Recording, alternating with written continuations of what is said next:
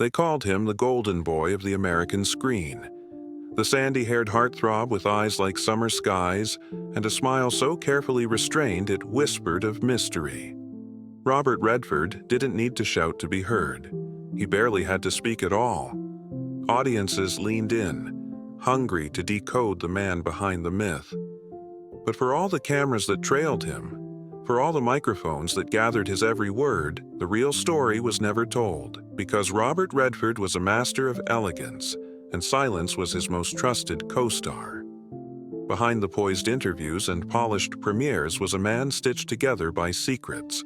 Some were his own. Raw, heavy, too painful to say aloud. Others were borrowed, shared in moments of private anguish by those who trusted him to carry the weight. And carry it he did, for decades. He was the matinee idol who lost more than he ever revealed, the screen legend who turned away from the spotlight when it demanded too much truth, the face of integrity who once, quietly, broke his own moral code to protect someone else's. And now, after decades of elegant evasion, whispered rumors, and hidden grief, those secrets are beginning to rise. Because every legend has a past, and every past has a moment when silence is no longer enough. This is the story of Robert Redford, not the icon, but the man behind the careful smile, the man who buried the truth. Until now. Chapter 1. The illusionary spin of stardom. Before the red carpets, before the political bravado and Sundance success, there was just a boy, a skinny kid from Santa Monica, California, whose father worked for an oil company and whose mother held the family together with warmth that would haunt him long after her death. Charles Robert Redford Jr. wasn't born into fame. He was born into a world that didn't expect much of him. And for a while, he didn't expect much either. He was a daydreamer, an artist, a troublemaker. He flunked out of the University of Colorado not because he wasn't intelligent, but because he didn't know where to put his pain.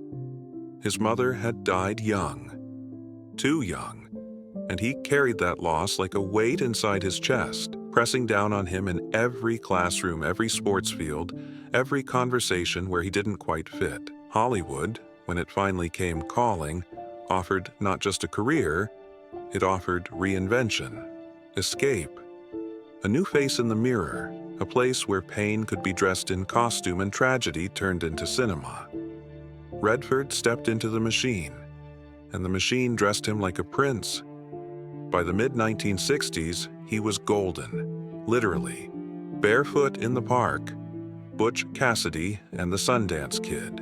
And The Way We Were didn't just make him a movie star, they made him the American man, the reserved ideal, handsome but moral, sexy but safe, a rebel in a well-pressed shirt.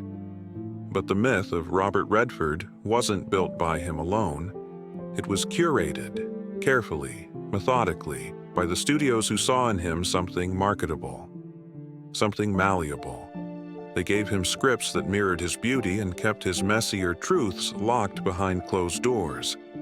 He didn't talk about his grief, or his anger, or the quiet disdain he held for the fame that polished him so clean he almost forgot who he was beneath it. Instead, he smiled, and the world believed it. But the illusion had a cost. There were stories Redford would never tell, moments so personal he would take them to the edge of the grave before speaking them aloud. People he lost, choices he regretted, compromises made in dark rooms so that the light of the screen could keep on shining. Fame had rescued him from obscurity, but it had also buried him alive, in plain sight, and buried with him were the secrets. Chapter 2. Secrets Cloaked in Charm. The thing about Robert Redford is that he didn't just wear charm, he wielded it. It was a tool, a shield, a second skin. In a world that devoured vulnerability, he knew how to disarm with elegance and deflect with grace. But even the smoothest surface can't hide the tremors underneath. And Redford's life, his real life, was trembling with stories never told. each secret, a thread in the tapestry he never meant to show. The love that almost was. There was once a woman, long before the Hollywood romances, before the photographs and gossip columns. Her name was Lola Van Wagenen. She wasn't an actress. She wasn't in the business. She was brilliant, educated, and deeply political. Redford met her while he was still unknown, still bruised by the loss of his mother, still unsure if he was capable of love. But with Lola, he tried. They married in 1958, young and unprepared for the storm that was coming. Hollywood doesn't favor mystery in the form of monogamy. Redford, as his fame soared, was surrounded by women, on screen and off, who represented the kind of allure that fueled headlines and fantasies. But Lola remained in the shadows, by choice and necessity. Their marriage was deeply private, but also deeply fractured.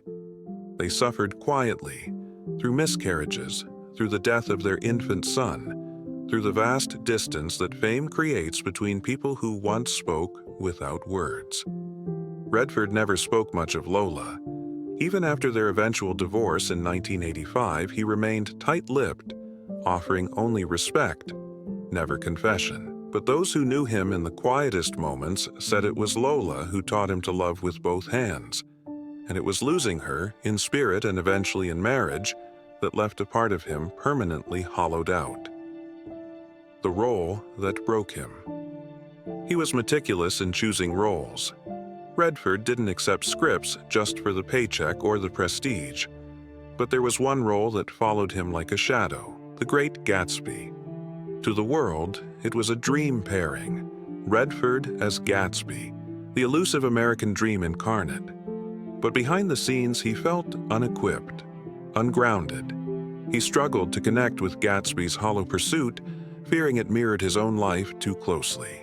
Filming was plagued with tension. Redford clashed with the production, the direction, even the page itself. He felt adrift, handsome, empty, performing a fantasy that was meant to be tragic, but had instead become decorative. Critics were lukewarm, and though the film became iconic, Redford rarely spoke of it. The experience had quietly fractured his confidence. He buried it beneath newer, bolder projects, but he never forgot. The role had exposed something he wasn't ready to see, that even the most perfect performance couldn't fill the space where truth was meant to live. The direction he nearly took. Few people know how close Redford came to abandoning Hollywood altogether. It was the early 70s. The industry was shifting. He had power, influence, money, but he also had disillusionment. Redford saw how the system chewed people up. He had watched friends, talented, sensitive souls, break under the weight of the machine. He considered quitting, quietly, without announcement. Instead, he did something radical. He began to build. In 1981, he founded the Sundance Institute. It wasn't for prestige. It was a sanctuary for artists, for risk-takers, for stories that weren't being told. Redford could have leaned into superstardom. Instead, he stepped behind the camera, gave others the stage. It was his way of reclaiming power in an industry that demanded masks. But still, few knew how close he came to walking away completely. How often he would disappear into the mountains, into solitude, not to rest, but to breathe. That need to vanish was never fully cured. Even at the height of his influence, he was always a flight risk. The friendship that fulfilled and fractured him. The chemistry between Robert Redford and Paul Newman was undeniable. Off-screen, it was more complicated. They adored each other, respected each other, but they were also men of pride, of ego, of unspoken rivalry. Redford had always resented how long it took for him to be taken seriously, how Newman had paved roads he was still not allowed to walk without comparison. Behind the playful banter and public smiles, there was competition. Silent contests of gravity and grace, And then there was regret. Redford never got to say goodbye. When Newman was dying, Redford, ever the emotional introvert, waited. He didn't know what to say. He thought there would be more time. But there wasn't. Newman passed in 2008. Redford later admitted that he missed his chance. It haunts him, because for all the charm he offered the world, when it came to saying what mattered, Redford often said nothing at all. Chapter 3. The Shattering Revelation. For a man who built his legacy on restraint, it was never supposed to happen this way. Robert Redford had spent decades mastering the art of understatement. He wasn't the type to publish a tell-all memoir. He didn't erupt in interviews. He didn't need to. He had, in his own words, said enough with his eyes. But time, it seems, has a way of changing everything. It began with a quiet interview. A conversation tucked away in a long-form magazine feature in the early 2000s. The interviewer, gentle but unafraid, asked about something most had long learned not to bring up: Redford's firstborn son, Scott. The air changed. Redford didn't deflect this time. He didn't charm. He looked down, paused, and whispered something few had ever heard. "I don't talk about Scott. I couldn't. For years, I couldn't." Scott Redford died in 1959 of sudden infant death syndrome, just 2 months old. It was a devastation that struck before Redford had even become a star. But it shaped him more than any role, any award, any headline.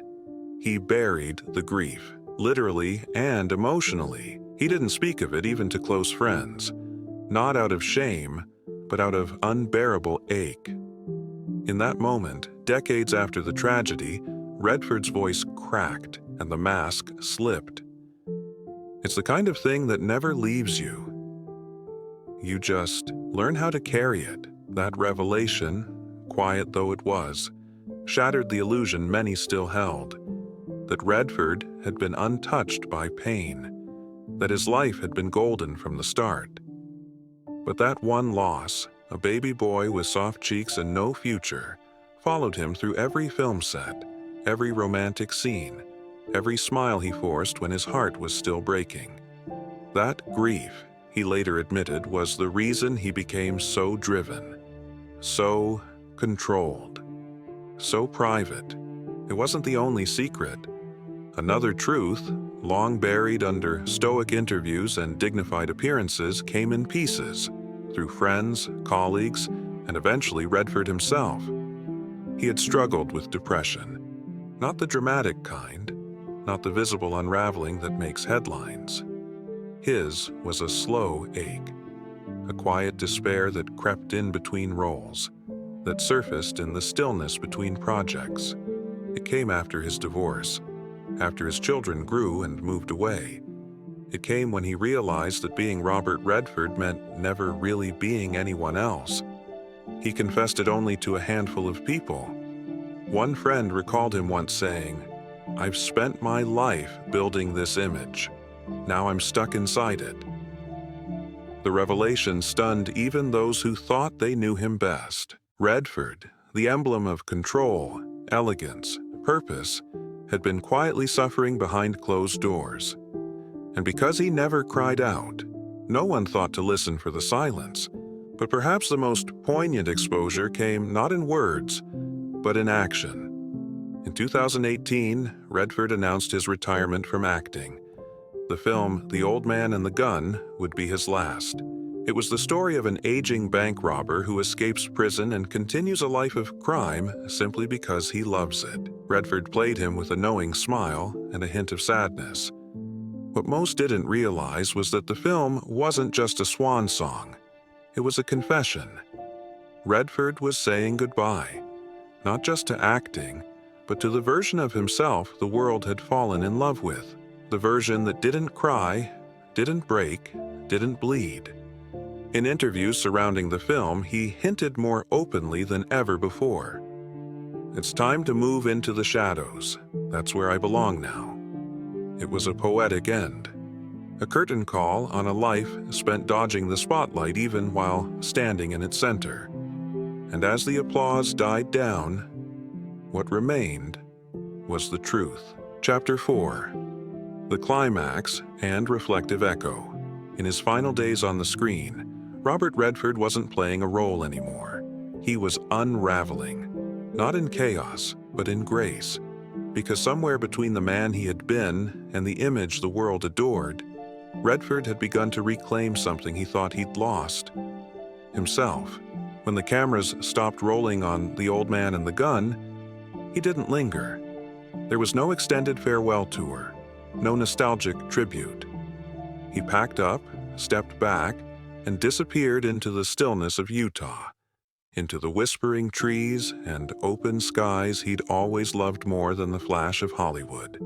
He built a life there, not the life of a star, but of a man, a husband again, quietly remarried, a father whose surviving children knew a version of him few others did, gentler, weathered, present, a grandfather telling stories not for the screen but for the porch. And in that life, he began to open the letters he'd kept sealed for decades. Metaphorical letters, memories he had long refused to visit. He returned to the spot where his infant son had been laid to rest. For years he'd avoided it, too afraid of what it would do to him. But now, aged and honest, he stood there, whispered a name, and let the tears fall freely. Not tears of regret, tears of recognition, of release. He visited old friends, those still living, those fading. He sat with them not as a movie star, but as a man who'd lived long enough to know what silence can steal. He made amends where he could, and where he couldn't, he wrote letters. Some were sent, some stayed in a drawer. And alone, often, he would sit by the fireplace, a glass of wine in hand, flipping through yellowed scripts and call sheets, not with vanity, but with a kind of awe. Did I really live this life, he'd think? Did I really bury so much and still survive? In those quiet hours, he forgave himself for the pain he couldn't prevent, for the people he lost, for the words he never found in time. He didn't need the world's understanding. He only needed his own. They say that in the end, the light comes back, that the soul, after years of collecting bruises and gold, finally softens into something luminous. That's what happened to Robert Redford. His smile, once carefully curated, became something simpler, less controlled, less burdened. He no longer had to play the golden boy. He was just a man, with golden memories and shadowed pasts. He had spent his life hiding the cracks. Now he let the light shine through them. Chapter 5. A Poetic Coda. In the golden age of Hollywood, where legends were sculpted from silence and smiles, Robert Redford was a masterpiece of restraint. But even the most beautiful portraits are incomplete without their shadows. For decades, he was the man who had it all: charm, fame, influence. He graced magazine covers and award stages with effortless poise. Yet the story that mattered most was the one he never told. It wasn't about the box office. It wasn't about the Oscars. It wasn't even about the films, though they were many, and they were magnificent.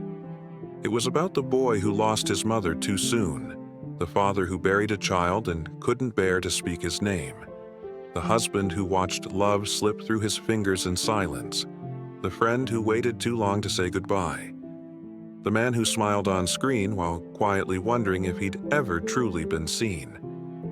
These weren't tales made for tabloids or memoirs. These were the secrets he kept buried, not out of pride, but out of love, out of fear, out of the ache that comes from knowing some truths are too sacred, too heavy for a spotlight to carry. And yet, in time, those secrets didn't destroy him.